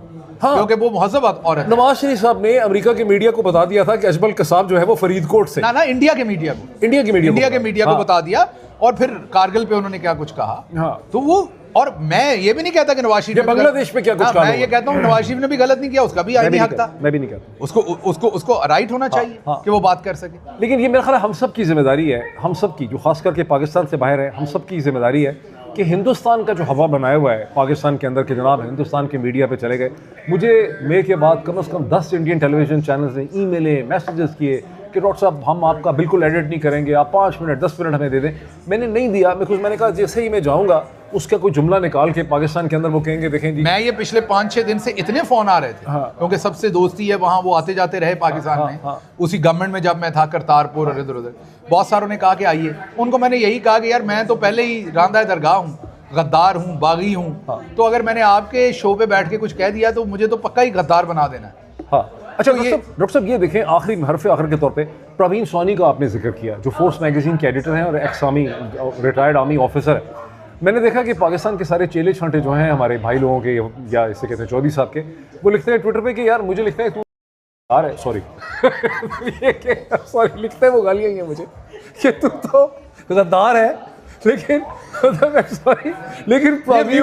ये म्यूट करेंगे, ये अगर आपको आता है म्यूट करना, मैं कर दूंगा। लेकिन प्रवीण सोनी एक बड़ा रिस्पॉन्सिबल कमेंटेटर है। मैं कहता हूं कि प्रवीण सोनी ने हिंदुस्तान की फौज के बारे में इतनी नेगेटिव बातें की। वो कहते हैं हिंदुस्तान की फौज इनकॉम्पिटेंट है, वो हिंदुस्तान के CDF और जो उनके टॉप आर्मी ऑफिसर जनरल, वो उनकी इनकॉम्पिटेंसी पे घंटों घंटों बैठ के बात करते हैं, उसके बारे में लिखते हैं। ना उनके आर्टिकल सेंसर होते हैं, ना उनको किसी ने गिरफ्तार किया, ना कोई ईंटें लटकाता है, ना उनको किसी ने थप्पे मारे, ना फोर्स मैगजीन बंद हुआ। हमें देखें अमेरिका में भी सुख चैन से सांस नहीं लेने देते। मैं आपको एग्जांपल देता हूँ, ये कल पिछले चंद दिन से DG ISPR बार नॉन कस्टम पेड गाड़ियाँ मैंने देखी, आपने क्या खूबसूरत दी। मैंने वो फरारी वाली एक बताई कि एक एजाज शाहिद साहब जर्नल थे, उनका बेटे को लेके दी। हरामीपन था वो भी, क्योंकि वो पैसे तो उनके पास थे नहीं। फिर इसको नहीं करना। अच्छा नहीं, हरामीपन ठीक है, हरामीपन बुरी चीज नहीं, वो तो हमारी कौम की कुछ लाइन है ना, उसके अंदर वो चल जाए। और वैसे भी क्योंकि उसमें अल्ताफ भाई अथॉरिटी है, तो अब अल्ताफ भाई ने कह दिया, उर्दू स्पीकिंग है, अहले जुबान है, तो जब अहले जुबान ने हरामीपन को एक्सप्लेन कर दिया तो अब मुझे खतरा नहीं है। ठीक है। अच्छा, ये जरा पंजाबियों का मसला काम है, ये हमारे उर्दू स्पीकिंग भाई जो है ना, जो स्कूल को स्कूल कहते हैं, ये जुबान के ऊपर जरा इख्तियार और किस मिनट पे हमने न्यूट वो मैंने किया हुआ है जनाब, वो मुझे बड़ी अच्छी तरह पता है किस मिनट पे आपने धमाका किया है। अच्छा, अब इशू ये है कि मैंने एक्सप्लेन कर दिया कि उन्होंने फरारी ली। अब जुल्म देखें, मेजर साहब और कर्नल साहब की ड्यूटी लगाई कि इसे आप ऐसे फलां जगह पहुंचा। रास्ते में उनका एक्सीडेंट हो गया, गाड़ी तबाह हो गई, मेजर साहब और कर्नल साहब जान बहक हो गए, शहीद हो गए। शहीद कैसे हो गए यार? चलो यार, हादसे में हो गए, हादसे में हो गए। स्मगल गाड़ी यार मैं end of the day politician भी तो हूं ना, तो भाई मुझे 2 फौजी अफसर एक गैर कानूनी कस्टम से हमने पेड़ अनपेड़ यार हादसे में, स्मगल गाड़ी, चोरी की गाड़ी में। आप मुझे इतनी मुनाफकत कर लेने देना, हादसे में जान बहक हो गए, शहीद हो गए, हादसे में जान बहक हो गए। फिर आप कहीं गालियां ना दें। चले आप दे लें, मुझे गालियां दे लें, मैंने अपने आप को दी, लेकिन पहले भी मैंने अपने आप को दी। अच्छा, मैं ये कह रहा हूं कि कहर खुदा का देखें कि उस जनरल ने शर्म नहीं की। उसने उस कर्नल को और मेजर को इल्जाम ठहरा दिया कि ये स्मगल गाड़ियों का कारोबार करते हैं। उनकी पेंशन वेंशन जो आफ्टर मौत के बाद जो बेनिफिट है वो खत्म हो गए। उनकी माओ ने जाके राहील शरीफ के सामने बिपता की, जैसे आज नौरीन बीबी कर रही है हर जगह। माओ ने कहा कि हमारे बेटों की तो ड्यूटी लगाई थी, वो तो ड्यूटी कर रहे थे। फौज में तो यस सर है ना, वहां तो और कोई चक्कर नहीं है। अब आप कह रहे हैं, वो आपकी बात ठीक है कि वो स्मगल गाड़ी थी, लेकिन वो एक कप्तान को कहा है, वो आगे अपने जनरल को क्या कहेगा कि सर ये स्मगल गाड़ी मैंने नहीं बैठना, उसे उसी टाइम कोर्ट मार्शल कर देगा। तो इसलिए मैं कह रहा हूं। अच्छा, anyways the long story short is, वो अलग बात है कि अमेरिका के अंदर जो इनका यूनाइटेड स्टेट्स का लॉ है फौज का, उसका जो सेक्शन 91, 92 और 94 है, वो ये एक्सप्लेन करता है यहाँ की फौज को कि जहां मिलिट्री लॉ आए और अमेरिका का कॉन्स्टिट्यूशन आए, आपने कॉन्स्टिट्यूशन के साथ जाना है। आपने मिलिट्री की कमांड को ओबे नहीं करना अगर वो एंटी कॉन्स्टिट्यूशन है। अभी बड़ा जबरदस्त झगड़ा पड़ा हुआ है ना 6 कांग्रेसमैन। हाँ जी, एक पीछे नहीं हट रहा। वो कहते हैं कि आप सारे वेटरन्स हैं। आपने बात नोट की कि सारे वेटरन। उन्होंने कहा कि आपने कॉन्स्टिट्यूशन के साथ जाना है। अच्छा, अब वो मेजर और जनरल साहब को फटका दिया इन्होंने बेचारों को। जिंदगी तो गई, उन्हें देशद्रोही डिसऑनर कर दिया। उनकी माओ ने जब एप्लीकेशन दी, इन्वेस्टिगेशन हुई, तो पता चला कि इजाज शाह साहब भी करप्शन कर रहे थे, तेल बेच रहे थे, स्मगलिंग कर रहे थे, नॉन कस्टम गाड़ियां। जनरल का क्या हुआ फिर? सुने, और अगली बात पता चली कि जो उनसे पहले जनरल थे वो भी यही कर रहे थे, अबैदुल्ला खटक, वो कर रहे थे, और अब इस वक्त लेफ्टिनेंट जनरल बन गए, उनको पता लगा उस वक्त।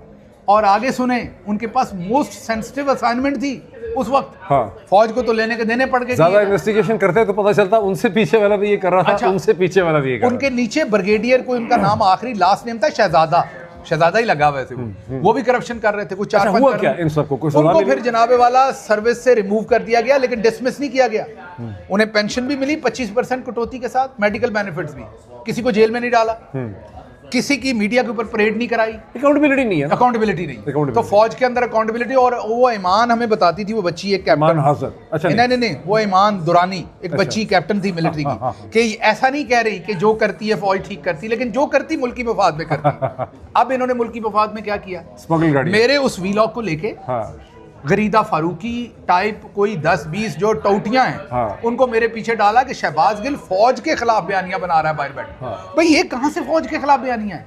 ये तो जनरल एजाज शाह, अबैदुल्ला खटक और दूसरे जो फौजी हरामीपन कर रहे थे, ये उनके खिलाफ पाकिस्तान में छप चुका है। ओहो, डॉन ने छापा था, न्यूज ने, जियो ने, और उन्हीं की रिपोर्टिंग की थी मैंने 100% जो उन्होंने कहा, मैंने देखा। लेकिन उसके बावजूद शहबाज गिल जो है वो, तो ये गरीदा को तो मल्टीविटामिन चाहिए। अच्छा, कोई मल्टीविटामिन या विटामिन सी। तो मेरा ख्याल आप इजाजत लें, इसके बाद इसी पे खत्म करते हैं। कहीं आप क्योंकि फिजिशियन भी हैं, तो कहीं गरीदा साहब, अच्छा गरीदा साहब का मैं आपको एक वाकया, साहिबा का आपको एक वाकया सुनाऊं। कोविड आ गया, इनको कोविड हो गया, इनको लगा कोविड हो गया।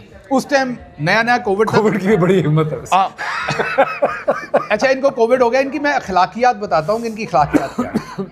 इनको कोविड हो गया। जब इनको कोविड हुआ तो उस वक्त नई टेस्टिंग अभी लैब्स में नहीं होती थी, बिल्कुल नया था ना, तो कोविड का पता नहीं था, तो गवर्नमेंट टेस्टिंग कर रही थी। जीएचक्यू से करवा रही है? नहीं, गवर्नमेंट टेस्टिंग कर रही थी। तो इन्होंने, क्योंकि ये जर्नलिस्ट थी, तो इन्होंने मुझे फोन किया कि मुझे कोविड हो गया। और उस वक्त शुरू के दिनों में कोविड से इतना डर था कि कोई करीब नहीं जाता था किसी के, कि मैं मर जाऊंगा। तो मैं अपने घर में हो गई हूँ मुकैयद, तो मेरा कोविड टेस्ट करवा दीजिए किसी को भेज के। तो मैंने जो हमारे मीडिया को डील करते थे पीआरओ साहब, उनको कहा, और उन्होंने जो हमारे क्योंकि फेडरल गवर्नमेंट के पास सबसे पहले था कोविड का, मिनिस्ट्री ऑफ हेल्थ के पास, तो वो टीमें जाती थी, जाके टेस्ट करती थी शुरू के दिन। वो इनके घर गए, उन्होंने चेक किया और इनको कोविड था। इन्होंने अगली फरमाइश की कि पैसे मैं खुद दूंगी, आपका कोई बंदा है जो मुझे ग्रोसरी ला दे, मेरे पास कोई बंदा नहीं है, खाने को घर पे कुछ नहीं, आपका कोई बंदा है जो मुझे ग्रोसरी ला दे, आपको ड्राइवर कोई भी बंदा, पैसे मैं खुद दूंगी। मैं इसलिए पैसों की सारे दौड़ के हो गए, हाँ, वो डर के दौड़ गए। तो मेरा जो बड़ा एक वफादार आदमी था जो मेरे साथ काम करता था, उसको मैंने कहा कि यार ये हमारी बहन की तरह है, अकेली हैं, तो आप ग्रोसरी दे आओ। तो उसने मुझे कहा कि सर मैं तो मर जाऊंगा, उनको कोविड है, क्योंकि गांव का आदमी था वो, उस टाइम डर रहा था। अच्छा, अब मैं खुद जाता तो कोई अफेयर वो बन जाता, स्कैंडल बन जाता। तो मैंने उसे कहा कि अच्छा तुम ऐसे करना, क्या पता उन्होंने सीसीटीवी लगाया। अच्छा, मैंने कहा तुम गेट के ऊपर रख के आ जाना, मैं उनको बताऊंगा, वो उठा लेंगे, और मैं उन्हें कहूंगा बुरा ना माने, वो तुम्हें डर है कोविड का। उसने कहा जी ये मैं कर लूंगा। वो गया, उसने खरीदा और जाके गेट पे रख के मुझे फोन कर दिया, जी मैंने ने फोन किया कि गेट से उठा लें। अब ये काम तमाम हो गया। अब मैं आपको गरीदा साहबा की जो स्कूल कॉलेज और घर में इनको एथिक्स मिले वो जरा गौर कीजिए। जब मुझे फौज ने उठाया और मेरे पे तशद्दुद हो रहा था, तो गरीदा साहबा के पास मेरे उस बंदे का फोन था, क्योंकि उसने एक दफा नहीं, फिर उसके बाद भी उन्हें फोन करके उनकी खिदमत लेती रही। तो गरीदा साहबा ने उसको फोन करके कहा कि कोई शहबाज गिल का स्कैंडल बताओ, क्या तुम्हें तनख्वाह देता था तुम्हारे साथ? इस औरत को ये शर्म भी नहीं आई कि ये जो लिंक है, ये जो लिंक है, सीरियसली ये जो लिंक है, इसको तो एक्सप्लॉइट ना करूं, ये तो शहबाज गिल ने मेरे पे नेकी की थी। तो उस दिन मुझे अब गरीदा फारूकी के ऊपर गुस्सा नहीं आता। वो कोई बेचारी के मतलब वो मोरालिटी का कोई अलिफ और बे मौजूद ही नहीं है कहीं, उसे ये पता ही नहीं है। मतलब किसी और को करती ना, बड़ी बात, मतलब आपको करती, किसी और को करती, कोई और मेरा स्कैंडल निकालती, कुछ करती, मेरे पे हमला। उसने उस लिंक को जहां से उसको रिलीफ दिया था, और मेरे बंदे ने अपनी जिंदगी पे खेल के जाके उसके हिसाब से बेचारे के, वो बाद में हमें पता चला कोविड इतना भी खतरनाक नहीं है, उस वक्त नहीं पता था। तो शी कॉन्टेक्टेड हिम, तो उसने आगे से पता क्या कहा, वो अनपढ़ बंदा है, 8 जमातें पढ़ा है। उसने कहा बाजी जी ਤੁਹਾਨੂੰ शर्म नहीं आती, साहब ने ਤੁਹਾਡੇ ਲਈ ਕੀ ਕੀਤਾ ਸੀ ਤੇ ਤੁਸੀਂ ਮੈਨੂੰ ਕੀ ਕਹਿਣ ਡਏ ਹੋ ਕਿ ਮੈਨੂੰ ਤਨਖਾਹ ਦਿੱਤੀ ਸੀ ਕਿ ਨਹੀਂ? अगर उन्हें नाम ही ਦਿੱਤੀ ਹੋਵੇ ਇਸ ਵੇਲੇ ਉਹ ਮੁਸੀਬਤ 'ਚ मैं ਉਹਦੇ खिलाफ बयान नहीं देंगा। कमाल है वैसे, उस 8वीं जमात पढ़े हुए गांव के बंदे में एथिक्स थे। तो ये जो आप कह रहे हैं यूनिफॉर्म में बहादुरी नहीं, इससे फर्क नहीं पड़ता, इंसान अंदर से क्या है उससे फर्क पड़ता है।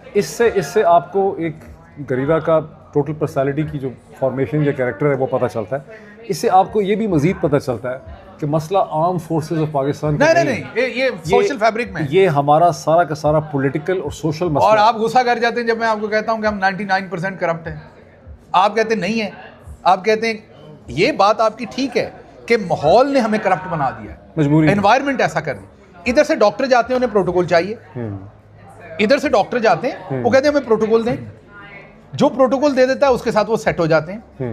फौजी कंट्रोल ही ऐसे करते हैं, ये ISI का मैस प्रोटोकॉल, पासपोर्ट की अलग लाइन, ठका ठक, वो क्यों? अच्छा, मेरे एक दोस्त हैं, बड़े वली अल्लाह किस्म के आदमी हैं, मिटे हुए आदमी, आप उन्हें जानते हैं, मिले हुए भी हैं, जमीन पे बैठने वाले, अमेरिका में रहते थे, पाकिस्तान चले गए। मैंने उन्हें पूछा आपके बीवी बच्चे पाकिस्तान अमेरिका में हैं, सियासत भी आपने नहीं करनी, हुकाम भी नहीं, सब कुछ आपका यहाँ, वहाँ क्यों ज्यादा रहते हैं? उन्होंने कहा गिल साहब हुकूमत भी तो करनी होती है। मैंने कहा क्या मतलब? उन्होंने कहा वहाँ मेरा ड्राइवर है, खानसामा है, मैं हुक्म शुक्म चलाता हूँ, वहाँ हुक्म चलते हैं, यहाँ पे तो कोई मुझे नहीं सुनता। तो वो जो हमारे अंदर एक बिल्टन, यहाँ तो हम अपने टॉयलेट भी खुद साफ करते हैं, जो अपने अंदर एक हमारे बिल्टन जो एक कॉम्प्लेक्सेस है ना, वो सारी उम्र तो हम गुलाम रहे हैं। डॉक्टर साहब इसको थोड़ा सा मैं अगर एकेडमिक सेंस में थोड़ा सा देखूँ, हम में से बहुत से लोग बहुत आसानी से जलियांवाला बाग में जब मैसेकर हुआ और जो सिपाही थे, सिख, गोरखा और इंडियन आर्मी के 90 थे या 50 थे, जिन्होंने ब्लाइंडली ब्रिगेडियर जनरल डायर के अहकामात को माना और लोगों के ऊपर फायरिंग की, अपने ही लोगों के ऊपर जो देसी लोग थे उनको मारा उन्होंने, ठीक है। हम बहुत आसानी से उनको बुरा भला कह सकते हैं, गालियाँ निकाल सकते हैं, हम कह सकते हैं उनका कैरेक्टर नहीं था। लेकिन अमेरिका के अंदर इंतहाई अमीर डॉक्टर, बिजनेसमैन एंड एंटरप्रेन्योर ने, जिनको कोई खतरा नहीं था, वो जो गोरखा सोल्जर्स थे ना जनरल डायर के साथ, उनको तो ये था कि अगर डायर की जेल में डाले जाएंगे, उनको भी गोली मारी जा सकती है, वो तो उनका तो कोर्ट मार्शल हो जाता ना। हाँ। अगर वो ब्रिगेडियर जनरल डायर की बात ना मानते तो वो वैसे भी रोबोट्स की तरह थे, उनका कोर्ट मार्शल हो जाता।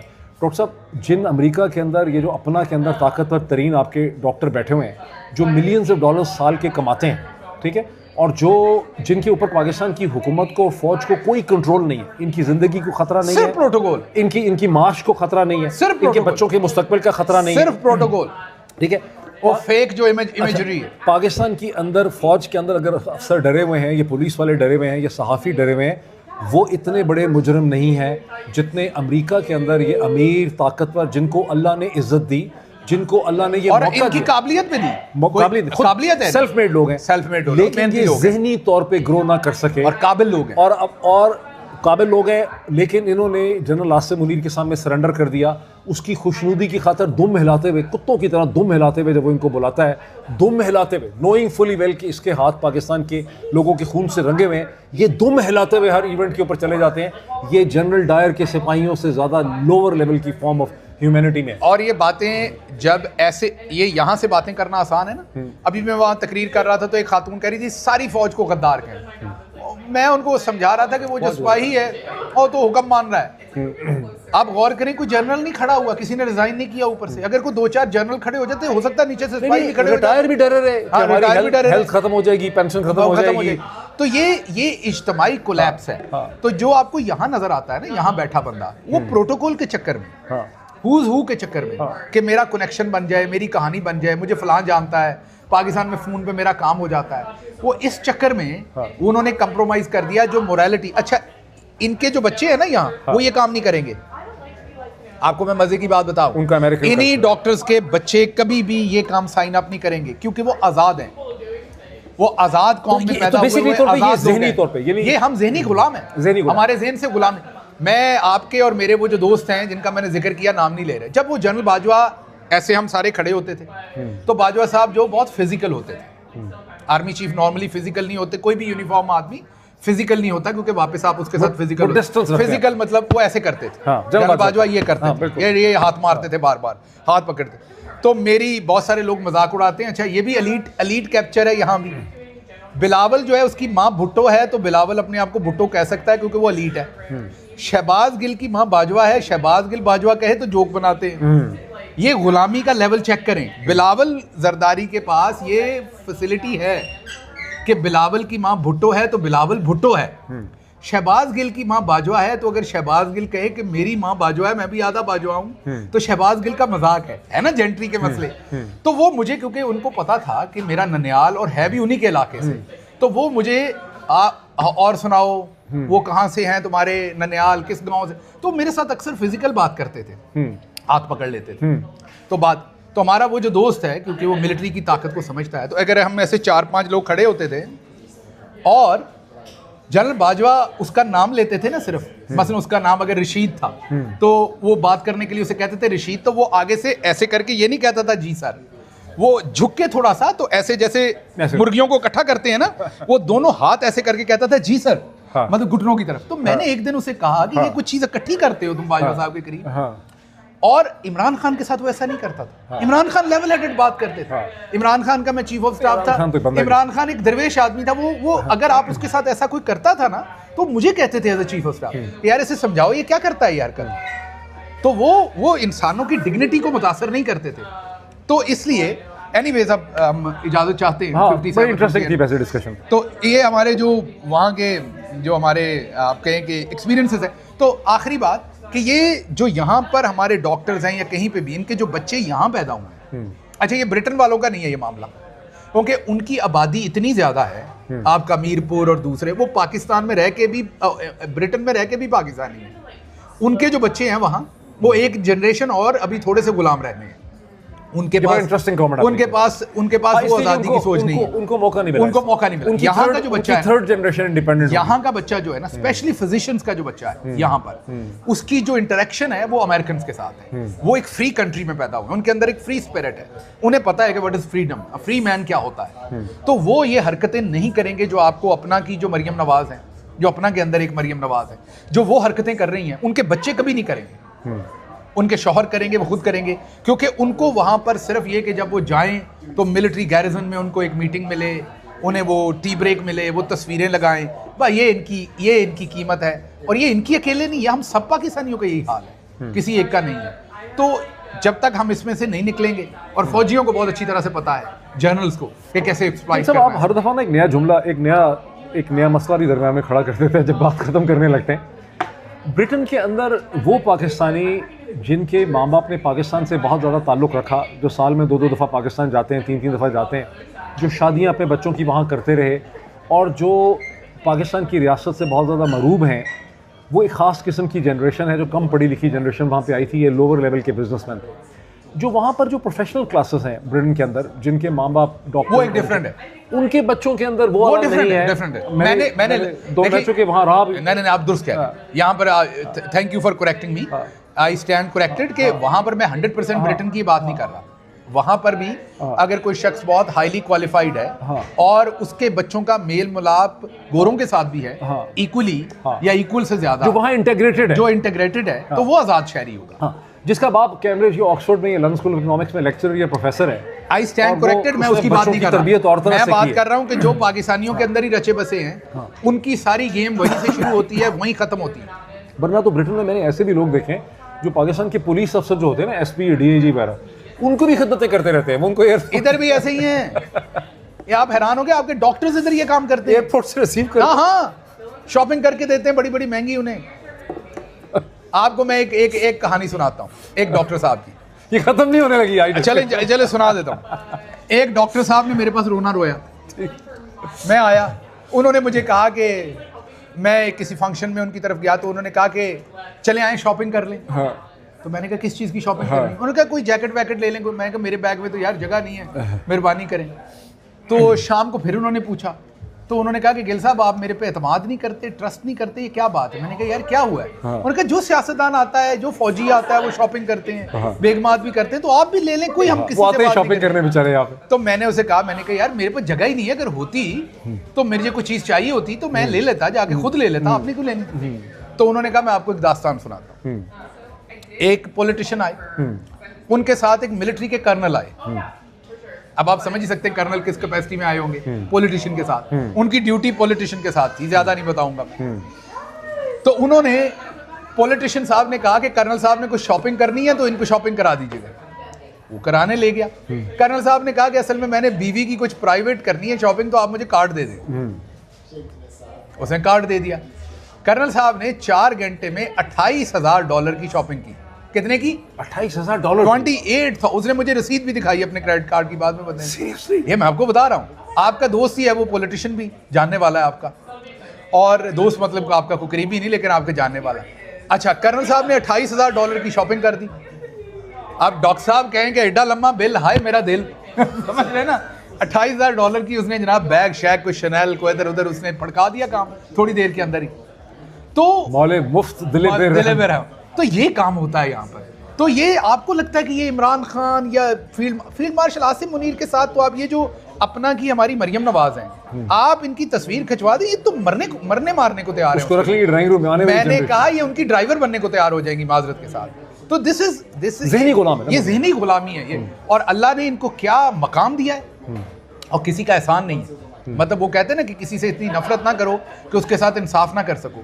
ये जितने भी लोग यहाँ सेल्फ मेड है, ये भले गुलाम है। मैं जिनकी बात कर रहा हूँ, मरियम नवाज साहब, वो एक काबिल खातून है, मेहनत करके यहाँ तक पहुंची है, हलाल का पैसा कमाया है, सब अच्छाइयाँ हैं। सिर्फ यहाँ जो मौजूद ज़हनी गुलामी है उसने यहाँ मौजूद नहीं है ज़हनी गुलामी। नहीं, यहाँ मौजूद ज़हनी गुलामी जो है उसने उन्हें मोरालिटी के ऊपर कंप्रोमाइज करवा दिया, और छोटे से बेनिफिट के लिए वो झुक गई। और उन्होंने पूरी, लेकिन वो अकेली नहीं है। अच्छा छोड़ें यार, पीटीआई को छोड़ दें, इमरान खान को छोड़ दें, पाकिस्तानियों को छोड़ दें, 26 नवंबर वालों को छोड़ दें। आप एक फिजिशियन हैं, इलामा इकबाल से पढ़े हैं शायद। आप मुझे एक बात बताएं कि क्या पूरी दुनिया में ये रिवाज है या नहीं कि अगर आपका प्रोफेसर या आपका स्टूडेंट मुसीबत में हो तो प्रोफेसर्स भी उसके लिए स्टेटमेंट देते हैं, स्टूडेंट्स भी देते हैं। ये पूरी दुनिया में मुसद्दका असूल है या नहीं? बिल्कुल है। यास्मीन राशिद के लिए स्टेटमेंट नहीं दे सके यार, खत नहीं लिख सके, डूब के मर जाना चाहिए। और मैं बहुत सारों को जानता हूं जो उनके डायरेक्टली स्टूडेंट है यास्मीन राशिद। मैं कहता हूं यास्मीन राशिद गलत भी है। मैं यही अज्यूम कर लेता हूं 1 मिनट के लिए कि इनके हिसाब से बड़ा जुर्म, वाकई दहशतगर्द है वो। इनको फिर भी कहना चाहिए कि यार और कुछ नहीं, उन्हें कोई तिब्बी इमदाद ही बेहतर दे दो, यही खत लिख देते। होना ये चाहिए था कि कम से कम डॉक्टर यास्मीन राशिद के लिए दुनिया भर में फैले पाकिस्तानी फिजिशियंस जो हैं वो मुत्तहद हो जाते, इकट्ठे होते, अपने डिफरेंसेस ख़त्म करते और पोजीशन ले लेते और दुनिया की हर फिजिशियन एसोसिएशन बॉडी के पास जाते और कहते कि ये professor of medicine and gynaecology औरत है, इसको कैंसर भी थी, कैंसर सर्वाइवर है, इसको उन्होंने बंद किया हुआ है, लेकिन देखिए ये कुछ नहीं इन्होंने किया और बेल दिलवा देते। बेल दिलवा। और जब उनके केस का फैसला हो जाता, सजा हो जाती, तो अंदर भेज ये देते। तो अगर आज ये फिजिशियंस इकट्ठे होकर अक़वाम मुत्तहिदा के पास चले जाएं तो बहुत और बड़ा इसको रिलीफ एजुकेट करें तो चंद लेकिन हफ्तों वो जो हमारी अपना की मरियम नवाज है, जो हर जगह अपनी तस्वीरें लगवाती हैं, शुक्र है उनका इक़्तिदार भी आसिम मुनीर की तरह अब खत्म ही हो गया तकरीबन, या होने वाला है, वो कभी उसके लिए बात नहीं करेंगे। क्यों? क्योंकि उन्हें गैरिजन में वो बस टी ब्रेक चाहिए और प्रोटोकॉल चाहिए। तो दिस इज जब तक आप इन लोगों को नेम और शेम नहीं करेंगे, ये बाज नहीं आएंगे। That is the problem. चले ले जी बहरहाल इजाजत चाहते हैं जी। वो 43 मिनट के ऊपर डॉक्टर साहब ने एक धमाका किया था, वो अभी हमने ख़त्म करना है। वो मैं 1 सेकंड लगेगा, वो ख़त्म करवा देंगे हम अपनी टीम से। तो आई नो कि थोड़ी कैजुअल डिस्कशन थी, लंबी थी, आप और डबल जो स्पीड धमाका पे किया करके अपने आप को क्या क्या कहा था मैंने कि नहीं, मेरे नहीं, बारे में वो- क्या थे? वो नहीं, वो हम वैसे ही खत्म कर देंगे, पता ही नहीं लगेगा धमाका क्या, आपको एक्सप्लेन करने की जरूरत नहीं है। आपको मजे की बात बताएं कि हमारे साबर भाई ने एक दफा AR भाई के ऊपर ऐसा धमाका कर दिया था, वो चल गया था, तो गुड फेथ में था मैंने वो। कभी किसी को नहीं कहा। नहीं, मैं कहा, उन्होंने मुझे भी कहते हैं नहीं, उन्होंने भी किसी को नहीं कहा था, शेर सुनाया था, शेर में जुबान लड़खड़ा गई थी, जेन्युइनली शेर सुनाया था।